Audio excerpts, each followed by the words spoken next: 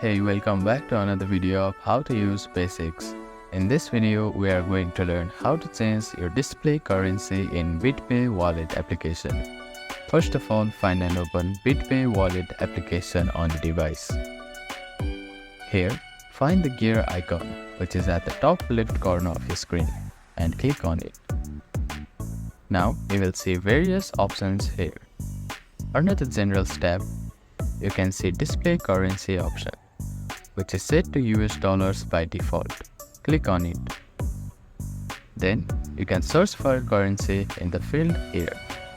After that, type in the name of the currency in the field here. Then, click on Search button and select the currency you want to change. So, that is how you can change currency in BitPay Wallet application. Thank you for watching this video. Please do not forget to like, share and subscribe to our channel and comment down if you have any queries.